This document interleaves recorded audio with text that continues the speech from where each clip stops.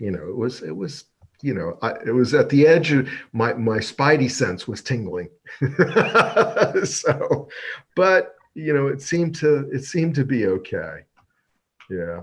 Depending on your train of thought, some people thinks it's all hoax, you can't get it, and other people are like, you got to wear a mask and stay in a bubble for the next 2 years. And I don't know what the right answer is. I think you got to live your life, but you should be as cautious as possible.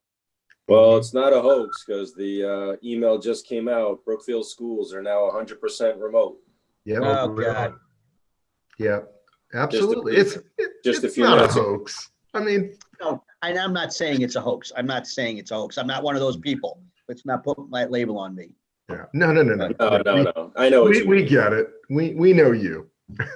So, oh, Now you got everybody trying to figure out what to do with all the kids home again. yeah. Peter. So Pete, what was a triggering event that took Brookfield to remote learning? What happened? Positive So case. a few days ago, I think it was towards the end of last week, it was announced that there was a couple of cases at the high school. They identified those individuals, and then they traced back and figured out who potentially was in contact with those individuals and quarantined all of them and made them all stay home. But as of today, the school learned that there were cases at both Wisconsin and at Huckleberry. So now all three of the schools, not obviously Center School, but the other three schools, all have active cases of positive COVID. So the school made a decision to, suspend all in-school learning until the November time that they were going to go back 100% full in. So At this point, they're going to do the deep clean, go full remote, hopefully let it all kind of fizzle back out, and then go back to hybrid that November 9th date that they originally said was going to be the full 100% back date, which I feel is the right play. If you're seeing that kind of spread that fast in just a few days, all of a sudden we went from no cases in the schools to all three schools having positive cases. The tricky part about it is, the impact to the families, and then it all starts to scale out. It's the impact to the families where they work, those businesses, and it just starts to snowball again. So. Well, I think it's probably a good topic anyway. I know that we're at 7:02 p.m., but I think that because this is such a big impact on our economic situation, that it's not a bad thing just to kind of talk through with us anyway. So, Mr. Chairman, let's lead into the meeting. Because I think some of this we should be talking about possibly on the record, because it has huge implications for the town and its citizens, especially citizens with kids. I mean, it's just I can't even imagine going through this right now if I had kids in the system. I'd lose more hair, and I can't afford to do that. So let's call the meeting to order, and I will ask for any discussion, or can I ask for an approval for the minutes from September 15th meeting? I'm hoping everybody got the minutes. They had a chance to look at them. I approve the meeting minutes. I have a second. Second. We have a second. All in favor? Aye. Okay. Any corrections, discussions, or anything? I didn't even ask that. I apologize, but I think it was all pretty cut and dry. Yep. Public comment. I'm going to guess there is none of that. New business. Well, I think we're discussing it with the schools. I mean, it's not funny, but it was in the News Times today about, I guess, two teachers or some people in the school system testing positive. And I guess between Monday or last Friday until today, it even got worse, I presume, Pete. Yeah. I mean, literally the email just came out, less than 30 minutes ago. Yeah. And, I use this meeting as an excuse to walk away from that conversation just to get my head clear and figure out how I'm going to address it. So thank everybody for having this meeting tonight. It was great. Glad we could help. Thanks, Mel. Was that, were you just at a school board meeting or some form of school meeting? No. I was on with Greg and Angelo on the Brookfield Town Center meeting just before this. During the break between, I was just trying to get a bite real quick and talk to my wife, and then the email came through and the conversation quickly shifted to, what are we going to do? I'm like, okay, well, I got another meeting to jump on, so we're going to continue this in a moment. But truthfully, and joking aside, I mean, the social impact on the families, obviously the kids, that goes without saying, but then, really about the businesses, this is going to be a big problem. And if this is starting a second wave, and I was on a webinar this afternoon with the vendor we're using at the bank to process PPP forgiveness. There's some legislation out for another round of PPP money, even for people who received it already. It'll be a completely second round. There's talking about new criteria. Some being you need to see at least a 20 to 25% reduction in revenue during the year, and you have to substantiate that. There's a whole bunch of things getting kicked around. Nothing's approved yet, but if this wave really starts to hit fast, they're going to have to come up with something and pass some legislation, because I truthfully believe that's the only thing that helped these businesses get through this year. I'm not for taking on more national debt. I'm not for paying this back and having my grandkids have to pay this back. But in the short term, it's what's desperately needed to keep these businesses up and running. Well, and some of the businesses can't even get up and running. If you're a restaurant or a movie theater, a lot of restaurants can't survive even at 50% capacity or whatever it might be. You're seeing restaurants not open up. So it's beyond scary.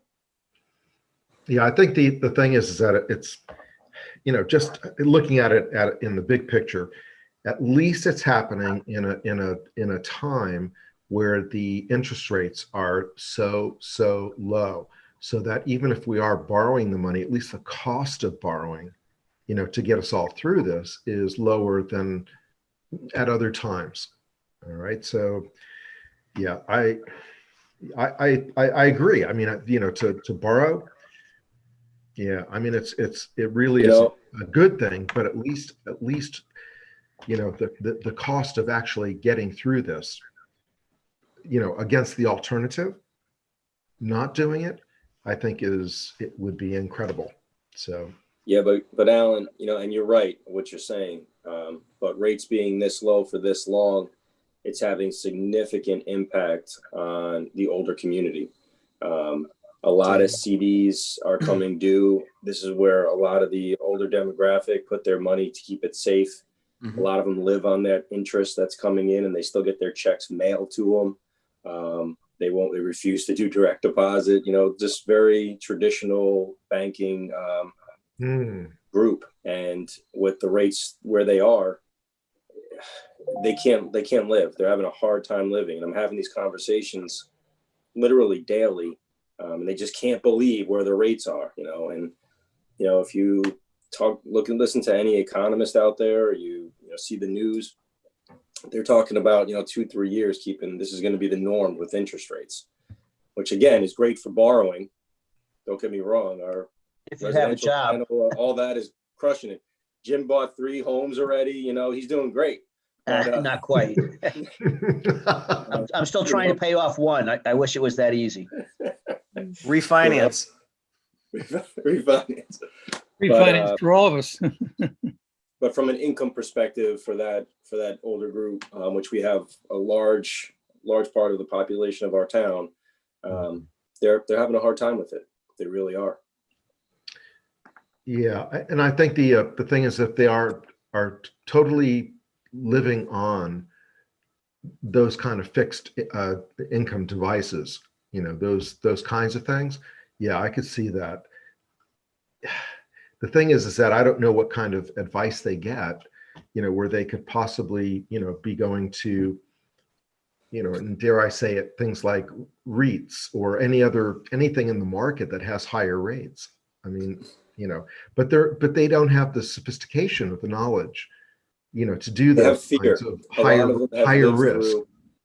they live through too much in their lifetime. Alan, I mean, you can take my name tag and my hat one day and pretend to be me in the branch. You might have to shave, but you can have that conversation with them. And truthfully, there's a lot of fear. They don't want to talk about anything that's not FDIC insured and completely guaranteed. And, and I understand it. I can't blame them, what they've seen in their life, I get it. But They don't want to lose what they've built up either, Yeah. I'm sorry. They don't want to lose what they've built up and saved either. Yeah, Right. That's the quite fear right, I'm referring David. to. Absolutely. Yep. I think the other thing too is that, if they're probably not maybe not large enough to go to a financial advisor either. That could actually, could find them some relatively safe havens to put stuff in with a higher return, but they probably can't get to, financial advisors that could do that with, maybe small. There are options for them, but Okay. it's trying to change their mind is very difficult. Very small percentage of them are open to it. Right.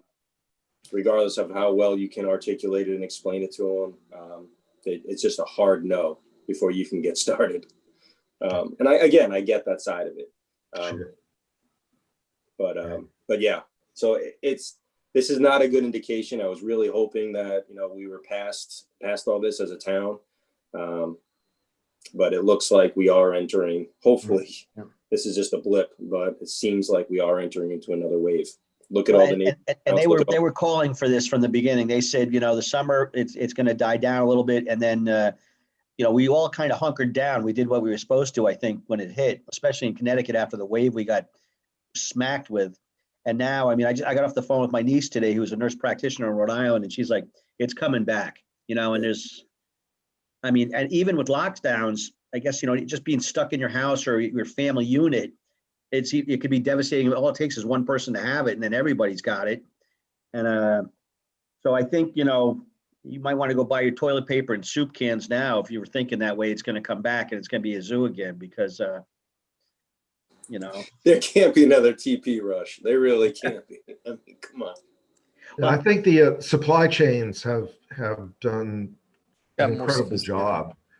So I think we might be a little bit beyond that, but no, I think what were they saying? We're back to being a hotspot, right?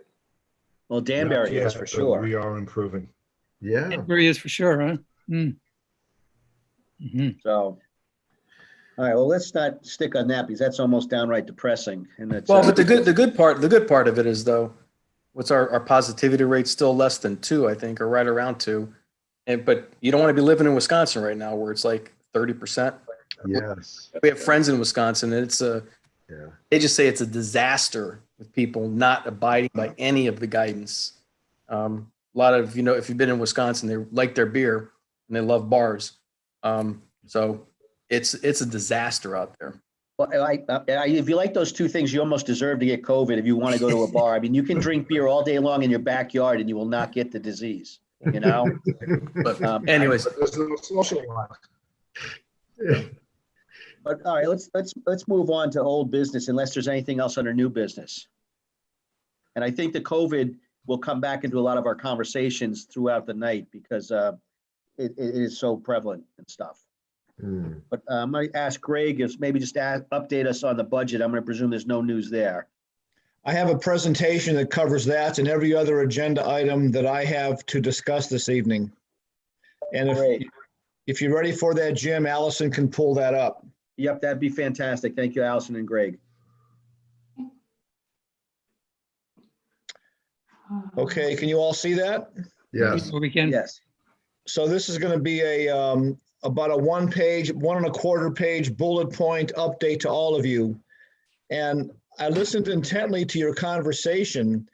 And as I go through this tonight, I asked the question of the EDC, what are you going to do about it? Yeah. So you talked about COVID and what's happening in Brookfield. And as a commission, I think you ought to talk about what are you going to do about it? I'm not saying you can do anything, but maybe you can. So as I go through this, ask yourselves, what are you going to do? What's the commission going to do about where we are in Brookfield? I hope to pass on to you tonight some information, some good news about progress we're making.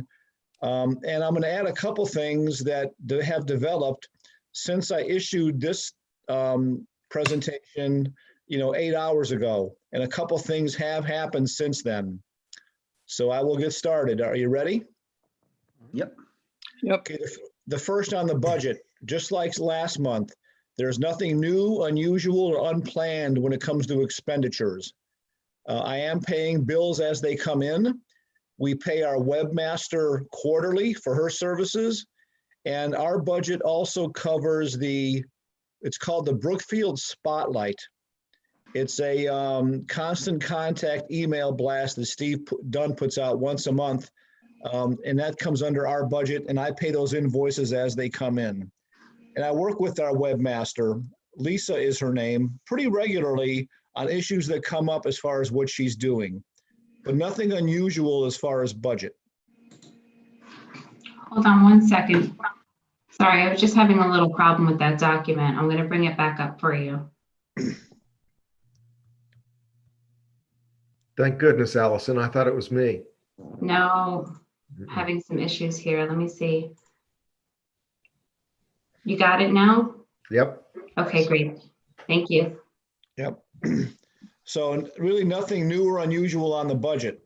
Regarding website and social media, I've added the pictures we took at the ribbon cuttings at Newtown Savings Bank, Frankie's, and JJ Stacks.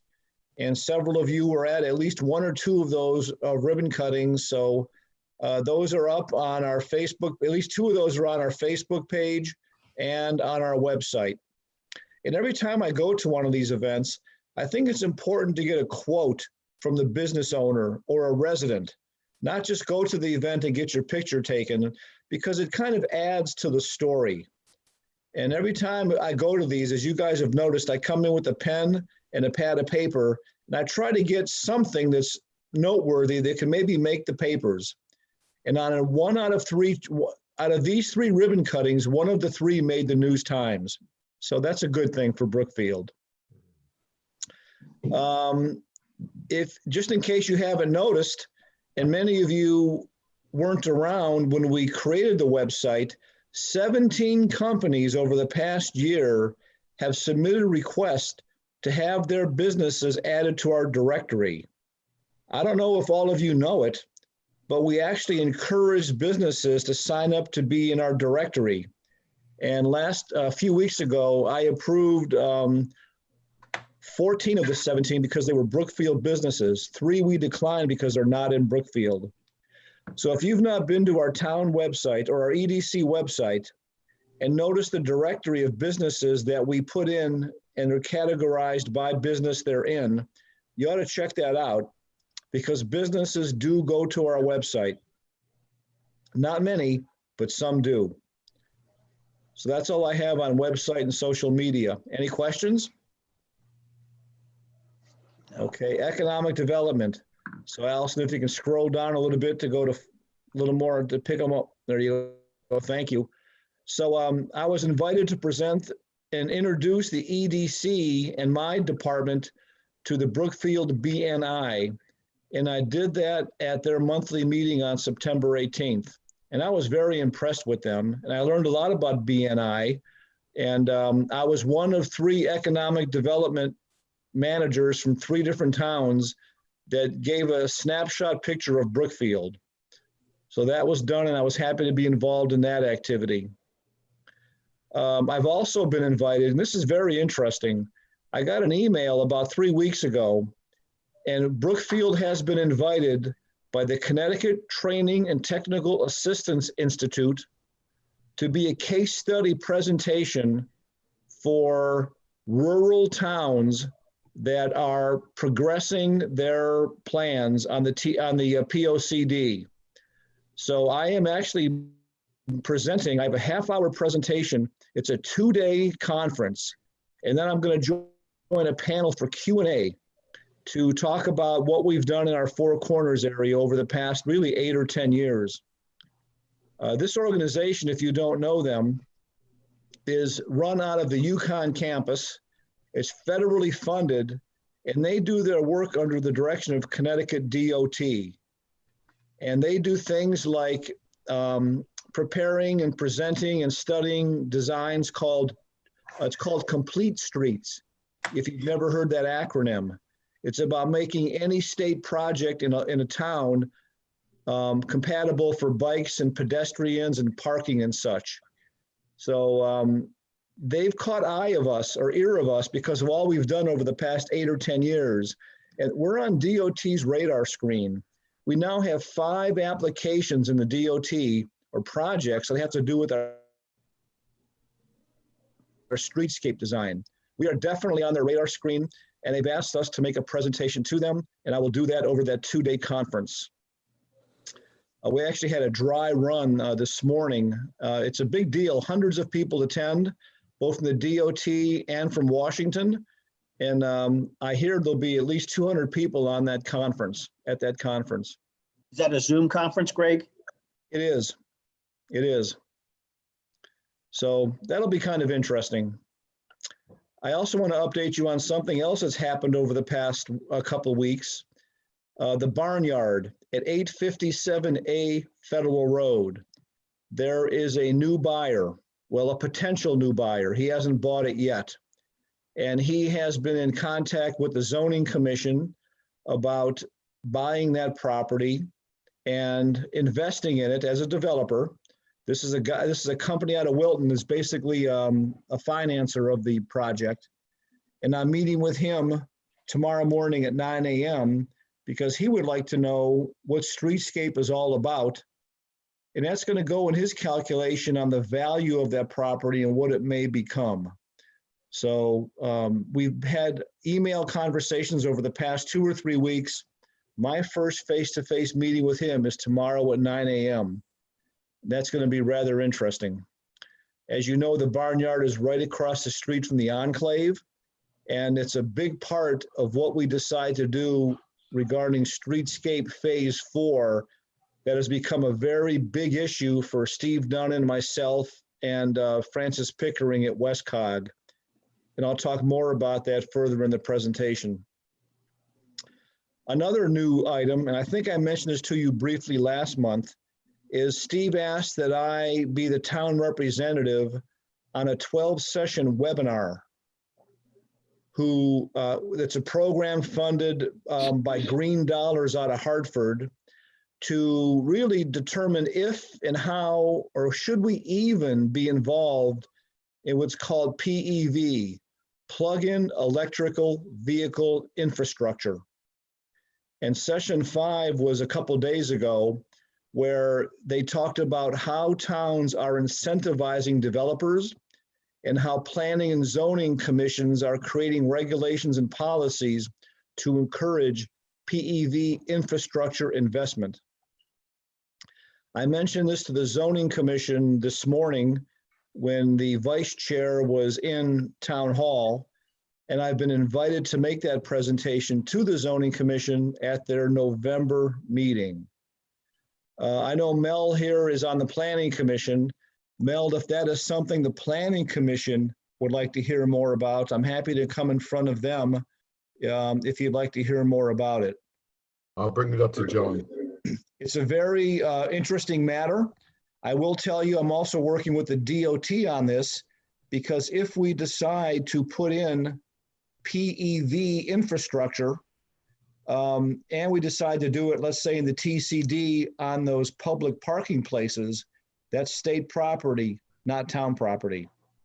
If we decide to put it in a park and ride at exit 9, that's town property, we can do that. So how we go about this, and if we do anything at all, is just something I'm thinking about. We also can electrify the towns. Allison, I think we all froze. So I will hold until Allison's back on board. Can you all see my screen? Yeah. Yeah, Yes, it's great. Allison's on mute, I think. Okay. Should I keep going? Yes. Are you still having a technical issue? Because I don't have any issues on my end. No, we froze up for a second. We had a freeze for about 10 seconds. Okay, Is anyone else unstable? No, I don't mean that mentally. Kinda Who's personal. asking? A loaded question. Dave and Angelo, they look like they're still frozen. Nope. Oh, I Yeah. thought you guys, I can I vote. thought you froze. I'm sorry. it Okay. could be everyone's individual internet connection. At Yeah. times it may go in and out, but That's what I'm experiencing. I'm getting this pop-up that says my internet connection is unstable, so that's why I'm asking. I think you can continue, Greg. I mean, we'll have to stop again if it happens again, I guess, but we'll keep on going, I think. All right, so just interrupt me and tell me to stop, and I'm happy to do that. So did you hear about the PEV situation I'm working on? Yes. Yes. Okay, You talked about exit 9. well, the exit 9 is a possibility because it's a public parking. We're actually looking at the school bus fleet and the town municipal fleet, which has many vehicles. But another element is doing something with developers, and towns are doing things with developers to incentivize them to put in PEV infrastructure as they develop their projects. So I will be in front of the zoning commission in a couple of weeks to talk about that. And to Alan and Mel, if the planning commission wants to hear about it, I'm happy to share that with you as well. Like I said, I'll bring it up to John maybe in the next meeting next week. Okay. That'd be interesting. Next, just so you all know, last Thursday at 4 p.m. was the deadline to submit another grant. We did this for $475,000. It was approved by both the Board of Finance and Board of Selectmen. And this is to add a half a mile to the Still River Greenway on the Town Hall Municipal Campus. So we'll hear back from them hopefully within a few weeks. To apply for this grant, we had to rescind the $207,000 grant we received, and now we're basically asking for twice as much money. And there's a long history that I picked this project up from Betsy Painter and then Dana Ferraro. This project's been recast and rescoped 3 or 4 times over the past several years. I won't bother you with all the details. If you ever want to hear them, come stop in my office someday, but there's a long history on this project. The next thing I want to mention is the new school project you probably all saw in the papers, did get its state match, and that project is now past the Wetlands Commission, and they're now into getting preparing a bid package to select a contractor for construction. My part of this project is a new water main from Nabby Road all the way to the school. And that project, it's a $1.5 million project, is still not approved by the Board of Finance. What they've asked for is a public meeting. This will be the first public meeting face-to-face since the COVID breakout. And we'll be doing it at Brookfield High School Auditorium on October 28th. It's going to be a Board of Finance meeting. I will be there probably just to answer questions, but this is kind of a big deal because it's a lot of money, and it will be, there's a 25% loan forgiveness, and there's going to be a capital assessment for those 30 property owners along that, the route of that main. So that's coming up on October 28th. And there's another grocery store coming in. They're actually coming in front of the zoning commission on Thursday. They still have not disclosed the name, but this is the grocery store going in at the Candlewood Plaza there at Raymore and Flanagan. They've been talking to us on and off for the past couple of months, but now there's going to be a formal application on Thursday. So that's kind of interesting news. It's great news. Yeah. If you haven't heard, on November 28th, there's going to be the tree lighting and caroling at Brookfield Funeral Home. This is the Four Corners Business Association event.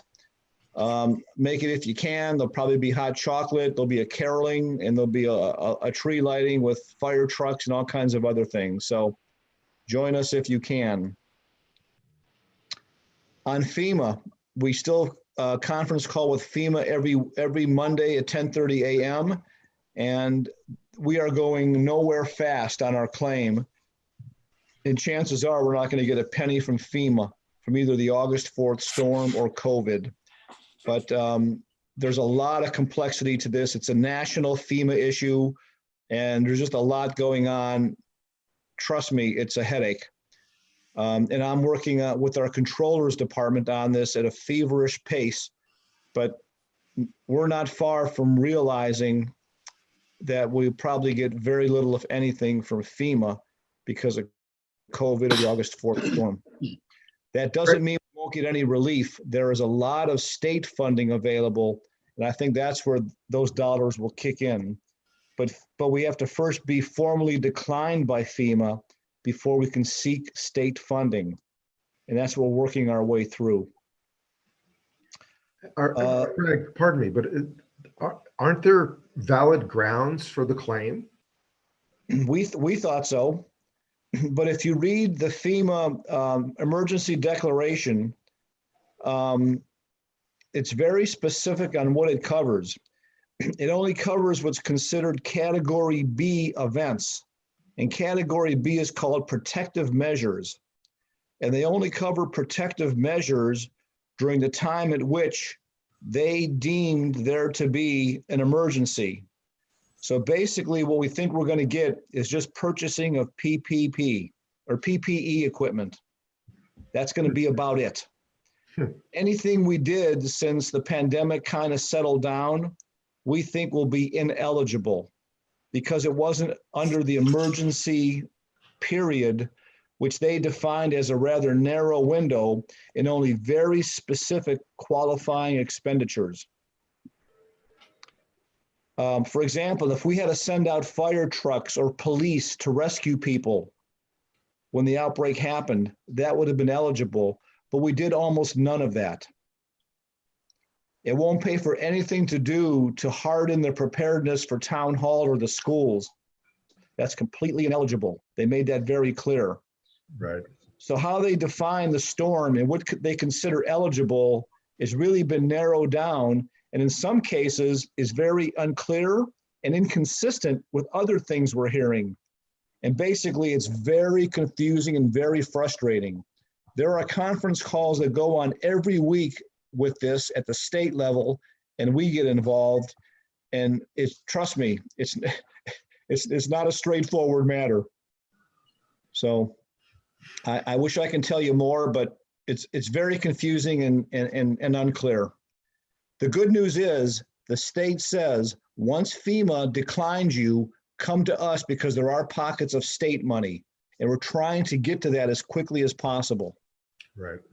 Even FEMA is not clear to us about what direction this is going to go on our weekly calls. Greg, am I right to say that probably most towns in Connecticut are also getting that same answer from FEMA? Absolutely. We're on conference calls with other towns with Hartford to say, can you please have FEMA give us a straight answer? It's not just us. This is going on all over the place. I had a feeling. Now, in that regard, I will mention something to you that broke today if you haven't heard. I just got an email late in the day that the governor's office issued a grant for small businesses that have been heavily impacted by COVID. And I don't know if Pete's heard about it, but I just read the highlights. I haven't read the details of the grant. It's going to be for businesses with less than 20 employees and below a certain threshold for annual revenue. They can apply for grants up to, I think, $5,000 for relief. So that just came out today. I'll be reading about that tomorrow. Okay. We Steep grant. just need to make sure that all the businesses in town are aware of it. I mean, how do we get that information out into the community? So what we do when these things come about, we put them on the town website. We put them out on an email blast. I'm sure the papers are going to pick up on it because this is a statewide program. You know, it's going to be big news. And there's only so many dollars out there. I think only 15 million. It's a small number. So there will be a lot of applications for a small amount of money, I got a feeling. But I think it's going to hit the papers, and we'll promote it as much as we can.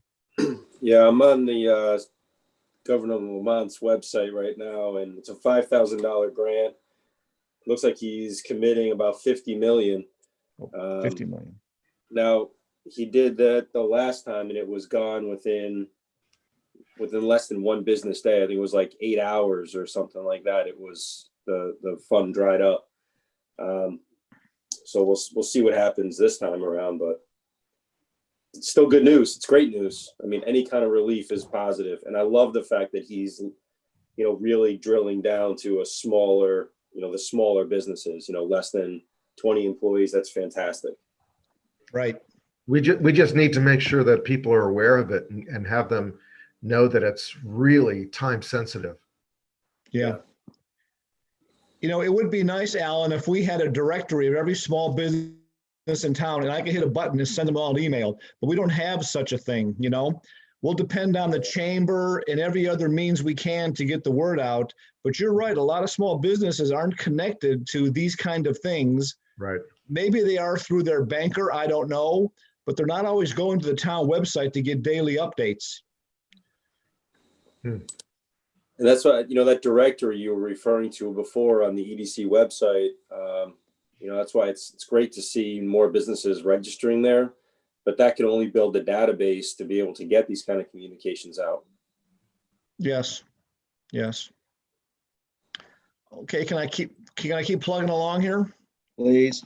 So we got an email from the DECD 2 days ago, and they told us this week for sure is when we're going to hear about our steep grant application that we submitted about a month ago for the renovations at Town Hall to make them more compatible for the public and employees to be safe in a COVID world.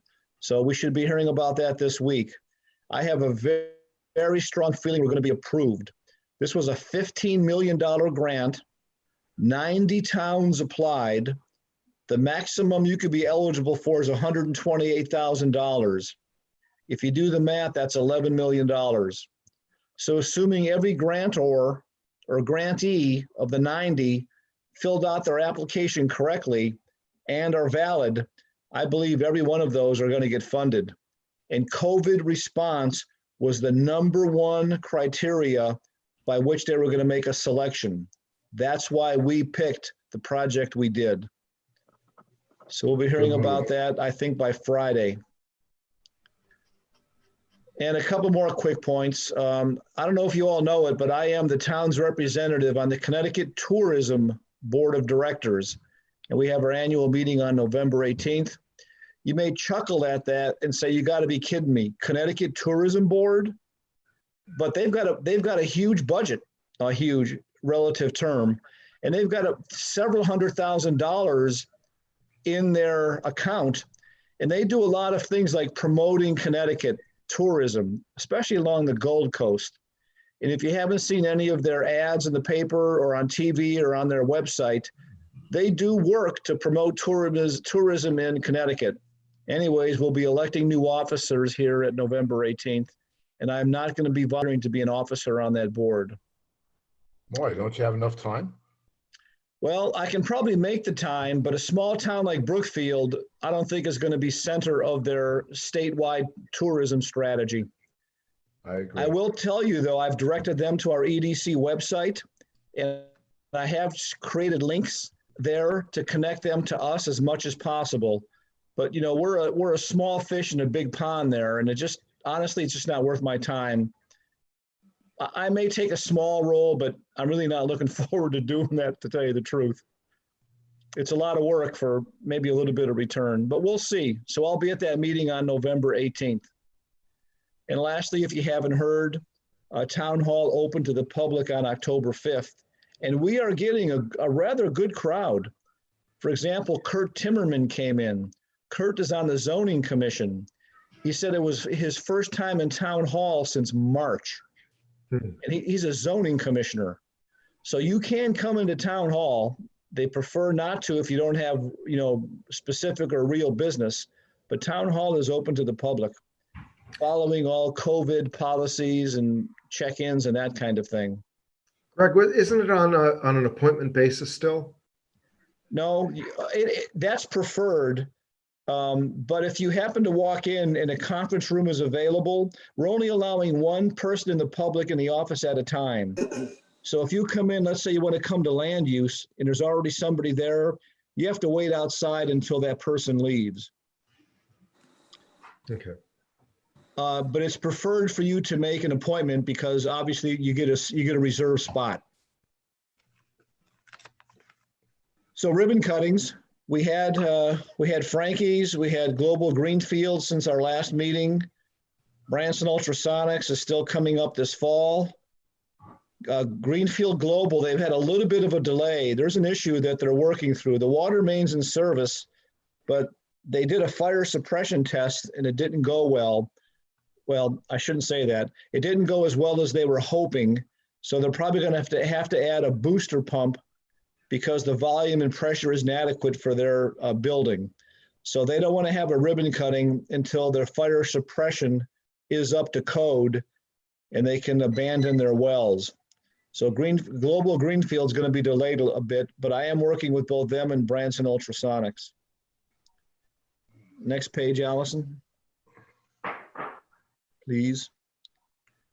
So streetscape, phase 3, we're still working for having the bid package out in a couple of months. We had our first review of the 700-page bid package. That should be finalized in a month or so. So all that's on schedule. Phase 4 is getting very complicated because of conflicting grants and an issue with the DOT that we're working through on a federal grant that we applied for 2 years ago that we would now like to rescind and instead get a state LOTSIP grant that's much more generous to the town.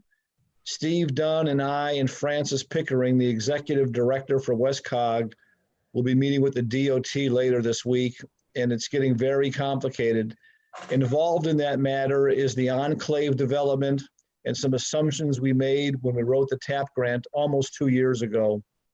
So we're working through that complicated issue. When that project does go forward, it will be our largest streetscape project, almost $5 million, much larger than phase 1. And there are a lot of reasons for that. Number one, it's a very long sidewalk. And number two, the state right-of-way is narrow. There's a big gully. There's a narrow state right-of-way, and there's a lot of ledge to take out. It's going to be an expensive project. And lastly, phase 5 is now under full design. We got our first comments back from DOT, 3 pages of comments on a simple little phase 5 that we're working to respond to. Actually, we responded to them today. So phase 5 is moving along nicely as well. And gentlemen and ladies, that's all I have for this evening. Greg, can I just jump back to one point that you were talking about before? If that's okay. Sure. You were mentioning about the grants, the $5,000 grants that people would need to businesses would need to apply for. Isn't there a database, a business licensees database in town? There is to get out the word. It's a town hall. It's a town clerk's office. So the town clerk has a list of every business that has been created in town because they have to register with the town clerk. Exactly. But I will tell you, the town clerk's office is overwhelmed. The mailbox for mail-in ballots is stuffed every day. They can't even keep up. What I'm hearing is they've actually have redirected some of their work to other departments because they can't keep up with this this balloting that's going on, this absentee balloting. One person has left. She actually resigned about a month ago. They brought a new person in. They brought in a temp to help, and they still can't keep up with their regular other duties. So for me to even ask them for that now, they would throw me out on my ear. It's overwhelming what's happening at the town clerk's office, not just in Brookfield, but I think pretty much across the state. And Alan, even if they have the, the principals' names and contact numbers or emails, it's not in a format that can just be plugged into some kind of, contact system to be able to get this information out easily. There's going to be a clerical nightmare trying to copy and paste I don't know how many emails. Pete, I can understand that, and I can, obviously we can rationalize it. And if it's not something that we can do now, this really should be something that I should embrace as a project going forward.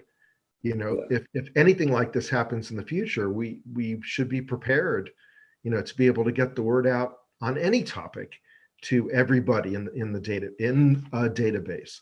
So Greg, Pete, I think it's understandable, but let's think about this for something that we probably should be thinking about for the future, to champion. Yeah.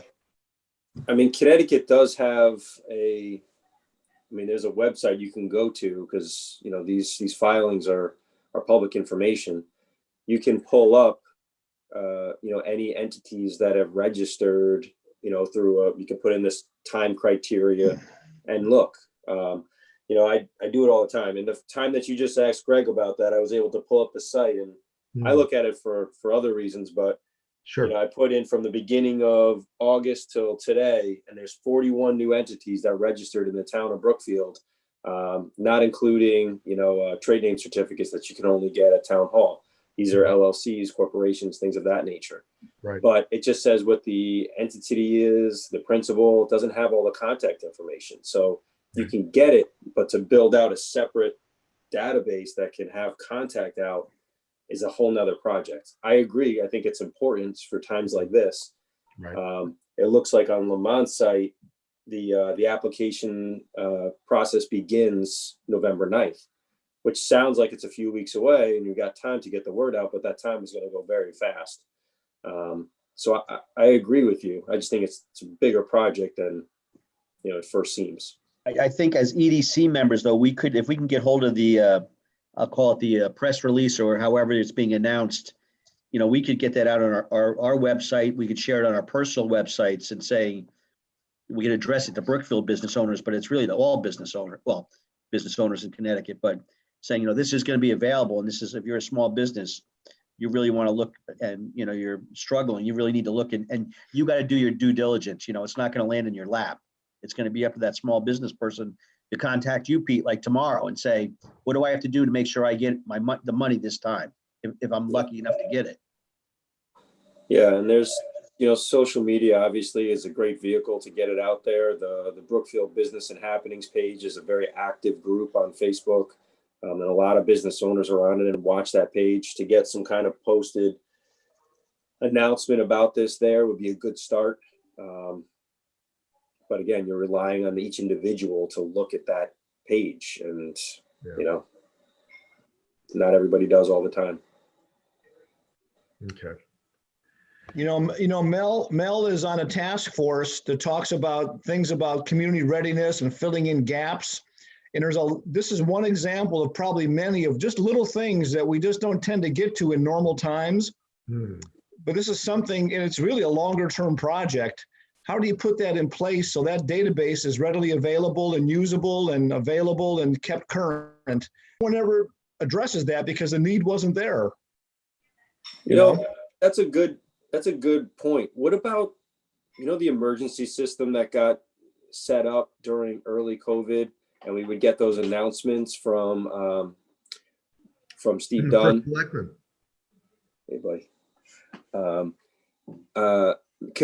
Maybe we can build off of that. I mean, I know that's for emergency purposes and I don't want to muddy the two lines, but if we can use that database that everyone registered at to get the word out, that might be a good start.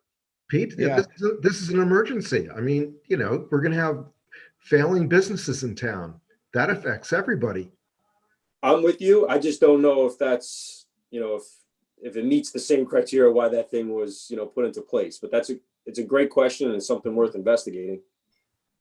So How do we go about this? Craig, if I'm not mistaken, wasn't Betsy originally trying to put that together on our website, having businesses, and Betsy and Dana both trying to get businesses to register with us on the EDC? we did, but we said we weren't going to populate every business there unless they chose to want to be there. We didn't want to force them on there. So we encourage businesses to sign up, and many have, but hundreds have, maybe thousands have not. So, we didn't automatically force everyone to put themselves out there. I mean, that would almost have to go out with a tax bill or something to give the owners or the principals saying, look, if the town was really serious about doing this, or even the EDC, I mean, it is a huge undertaking to get all that contact information and make sure it's relevant, and then to put it into a working, a website-based system to get that information out there. I mean, that would take lots and lots of man hours or woman hours to get that done.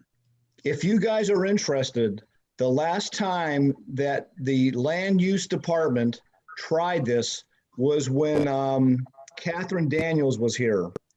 And she took the time to create, this is when we were doing, getting input on the town center district and how we were going to engage businesses and get public comment.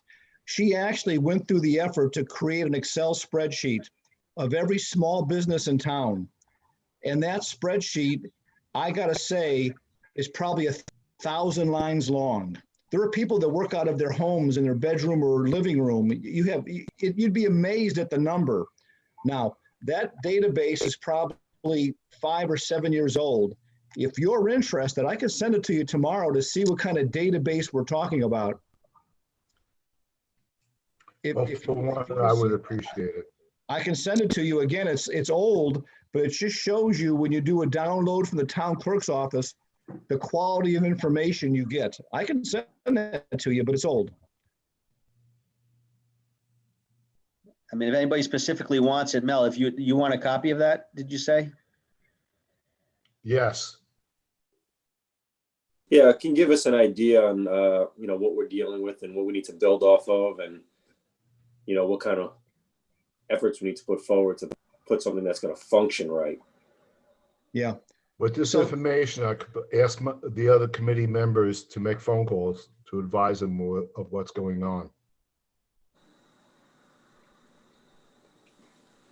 If we were serious about doing it, I mean, let's just say the rough number, there's 1,000, there's, 7, 8 of us. We're all looking at about taking on 125 phone calls, not to mention new businesses. So, I mean, if that's something that the commission would like to do, I'd like to have a discussion about it and see if people want to do that, if they think it's, worth our time, or how's the best way for the town to get this information and make it relevant. Well, 2 comments. Number 1, you have to have a minimum number of revenue and a maximum number of employees to be eligible. This database doesn't list every company's number of employees and their annual revenue. So you don't want to start making an offer to somebody who's not eligible. Great So point. this database has none of that in it. It's basic contact information, and it's 7 years old. This is where I was thinking, if you had a database of all the business licensees in town, then you could just say in any kind of an email blast out to everybody, here are the criteria. So if you don't, obviously don't apply if you don't adhere to these, this criteria, but at least you're aware. And so I don't know about making phone calls to everybody. That, are we going to all do 125 calls? and if it's 7 years old, is that effective anyway? I don't know Anybody if who's that's in an sales efficient- knows phone Right. calls, it's a lot of work. I'll just put it that way. It's a lot of Yeah. work. It is a lot of work. I agree. And the return is not usually that great. Yeah. People don't pick up the phones. The phone numbers aren't right. Can't leave messages. Yeah. It's a shit show. Sorry. I mean, I'm thinking if there'd be a way for the town going forward, for any new business that license itself, gets incorporated, does anything through town hall for licensing, ideally at that point going forward now, we should have an email address because that's the the easiest way to communicate. And then we could put that into a working database. And I think that's something we should try to talk to. And who would talk to it at the town for that, Greg, for new business coming in? Well, that would be, that, if the purpose is for economic development, that would fall on me. There's no one No, else. no, to- but I'm saying, who do they license with when they come into, is it the Town clerk. town clerk? So we would really need to have some sort of uniform document at the town clerk so we get relevant information like number of employees if possible. They're not going to tell you what their annual sales are, I don't believe, but they might tell you a range of employees, and an email address would be the most important thing, I think. So let me start by sending to Mel, and it sounds, at least to Jim, let me show you the kind of information. When we ask the town clerk what they give us, let me start by showing you the kind of data we get with a simple ask, and then we'll kind of go from there. Sounds good.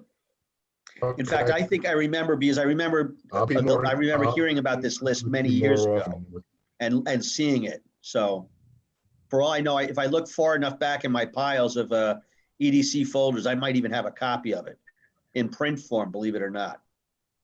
Hey, Greg, without belaboring it, because I don't know, does this town have I'm used to ERP systems, enterprise resource planning systems, but does it have some sort of a database that this stuff gets entered into? Yes. SQL it's- Server. Okay, all right. So they can they could extract reports, but it may not have all the information you need from it, right? I think that's a true statement. They submit all this as required by the state for registering. So it's not a town system, it's a state system.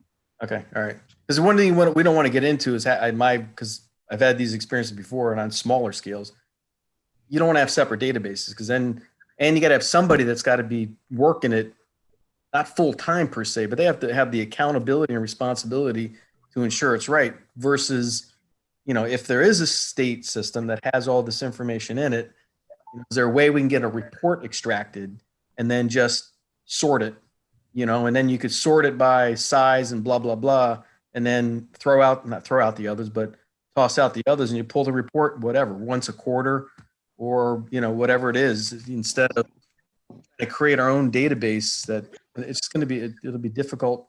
Well, Rich, I totally agree. And I think that, to have spreadsheets, oh my God, it's like I was cringing. I know, I was too. Yeah, I was too. To Anyways, if there's a way we could figure that out, then I think it could be valuable. It could be very valuable, but we can't, it's difficult to think that we're going to want to create a separate database because then it's going to be a monster to maintain, it's good. It's a great idea, but I think we got to maybe investigate what exists and see what we can get in that, easy. Yeah. 'Cause Another it isn't easy suggestion. if we're going to do it. Another suggestion, instead of creating something from scratch, I'm sure we're not the first town that's thought about this. Sure, we're not. And I just wonder if one of us, or one of the commissioners knows commissioners in other towns and ask them, how did they go about this? Because there's no sense starting from scratch. I'm sure someone's doing this. We're just not. So it'd be good to go to a town, a bigger town, maybe a city, and ask them, how do they go about getting that kind of information and keeping it current?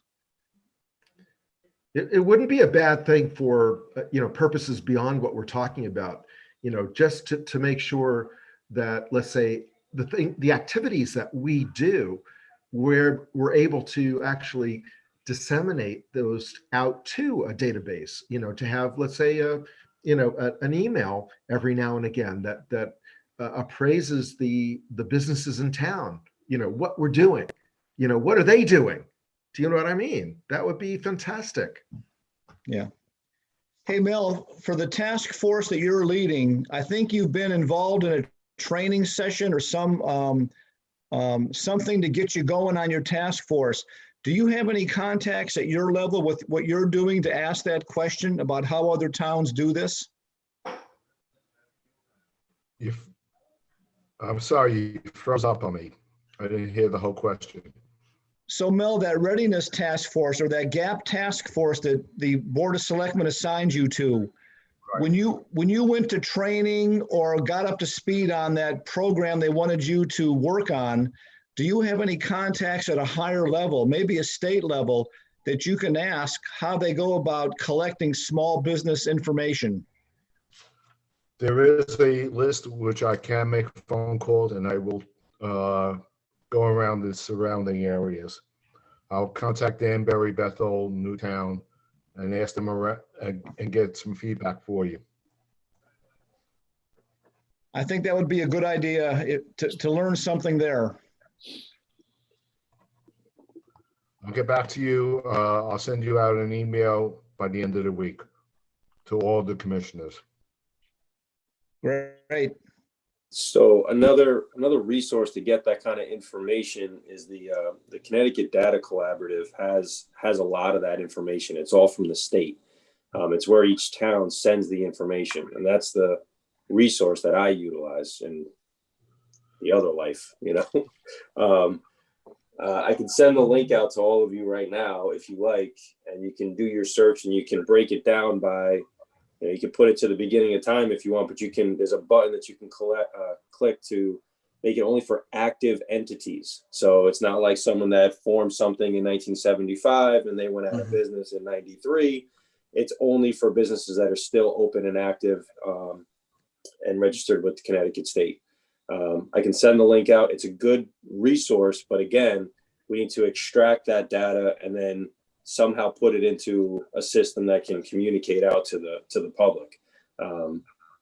That's past my skill set, but the data is there, but I can send the link out to everybody. Great. Thanks, Pete.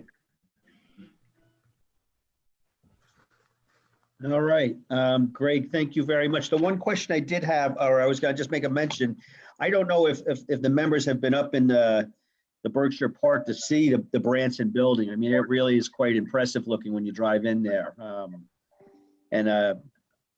they thinking that's gonna still be done this fall, Greg? I mean, They've actually submitted a request for a temporary CO.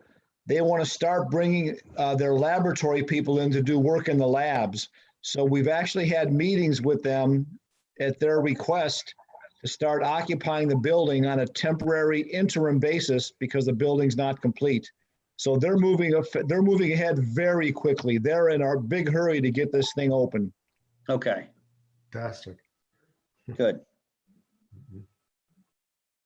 All right, anything else? I know we have on here strategic goals and action plan updates, which we've probably been not really doing so much of with the COVID.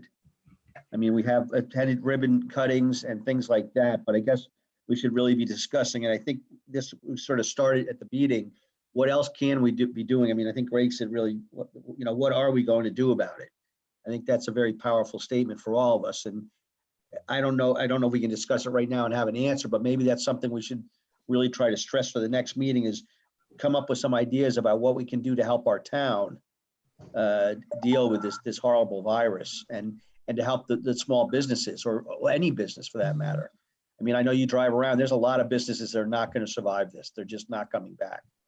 And it's, I'm almost amazed to see the stock market do so well when so many people are suffering. It doesn't make sense to me almost, Artificial.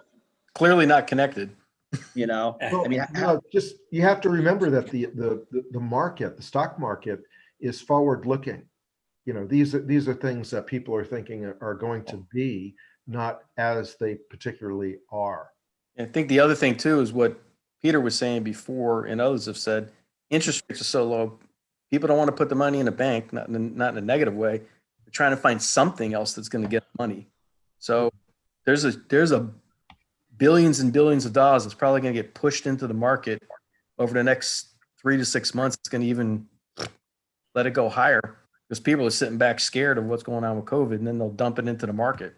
A lot of liquidity. Straight, so it's false relative to the economy, what's going on. Yeah. I mean, you can understand why some stocks are going up, like Amazon or Home Depot and home improvement stores, things like that. But then, you think about some industries that it's going to be 5 years before they come back, like, travel, entertainment, and, airlines. I mean, they're going to be in reverse for a while. Anyways, yeah.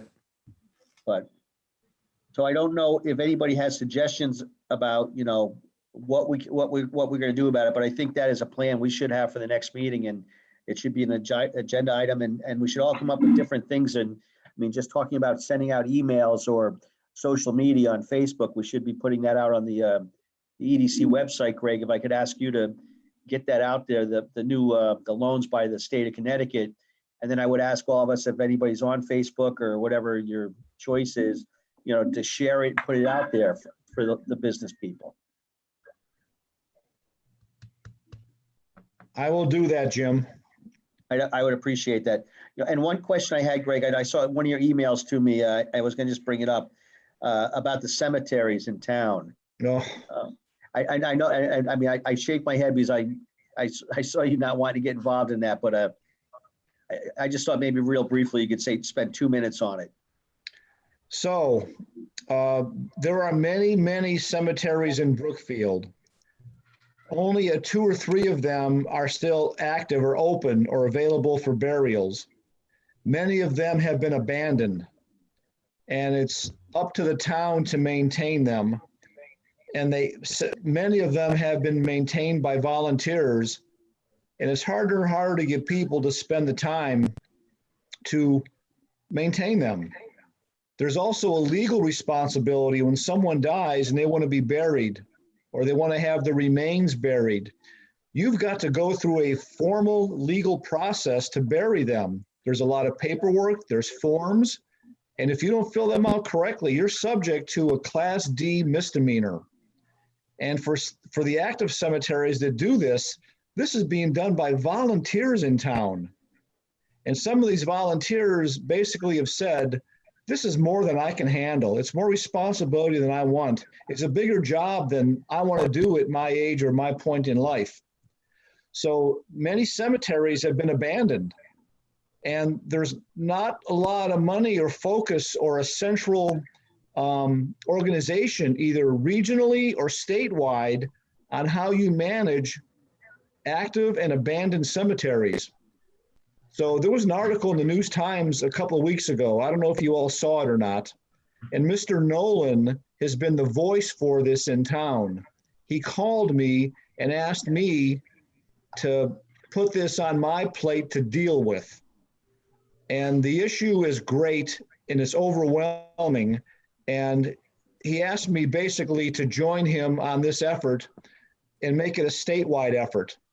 So we went back and forth, and I learned that he tried to run this up the chain through WestCog and at the state level, and no one wants to touch it. It's kind of an orphan child as far as a subject matter. And Steve Dunn told me to stay clear of it. It's way bigger than me in Brookfield. It's a statewide matter. It's actually a legislative issue on how cemeteries will be funded and managed and maintained, et cetera, et cetera, et cetera. So I politely declined the offer to be involved in that activity, but I still keep getting emails, and it's really a legislative issue at the state level. So that's a very brief summary on a matter that's going to become an issue down the road. Is the Historical Society involved in this at all? No. I would think they would be, just because of the nature of the history of the town, but. Well, they're interested in the history of cemeteries, but not maintaining them. Well, that's, yeah. Right. Nor if somebody dies on a Saturday night and they want to get buried on Tuesday, filling out all the forms and getting all the certifications and approvals and calling the gravedigger and getting it all scheduled. You know, all that takes work. I don't want to distract it, but who do they actually file the or pursue for the violation of the federal law if you didn't fill it out right? Do they pursue the people that are in the ground? Or who if you fill out a form incorrectly and a person is improperly buried with the plot number and all, whatever the forms say, the volunteer that runs that cemetery is legally liable. Oh, okay. All right. Yeah. All right. And those volunteers are saying that's enough. Yeah, no way. Yeah. No, thank you. And But they're back. aren't the volunteers mostly trying to save or maintain abandoned ones where no new bodies are going into the ground? So that's part of the problem. We have, I think, over a dozen cemeteries in Brookfield. Only 2 are active. But the abandoned ones the records have to be maintained. I mean, and then you have to mow them and whatever you have to do, I'm not even sure. But it's a big issue, and it's a big issue statewide because there is no central database organization, and it's just every town's doing their own thing. So I'm right now I'm staying away from it, but the problem is not going to go away. It's going to get worse, and it's going to become a legislative matter. So I guess we all should call Steve Harding and drop it on his lap. I think Yeah, Steve Dunn has already done that. Okay. I talked to Steve and Jay Purcell last week about this matter, and I think they were going to go to Steve because the legislator said, we're not ready for that now. Basically, no one's taken ownership, and the problem's not going away. Yeah, because it costs money and nobody wants to spend any more money in the state that's, got some money issues. And as you can imagine, every town's doing their own thing that's very inefficient. So the idea is to manage it regionally, maybe as a cog or at the state. I don't know. This thing could go a lot of different ways. So that's cemeteries. All right, well, I apologize for bringing it up, but I just thought it was interesting. It is. Anything else would we like to hear from any other members? Any new business, anything I've forgotten? I think then I'll ask for a motion to adjourn and thank everybody and tell everybody stay safe. Do I have a motion? So moved. Second. Thank you, everyone. Thank you, Allison. Have a great night. Thank Thank you. you, Allison. Thank you, Greg. Take care. Take care, everyone. Thank you. Good night.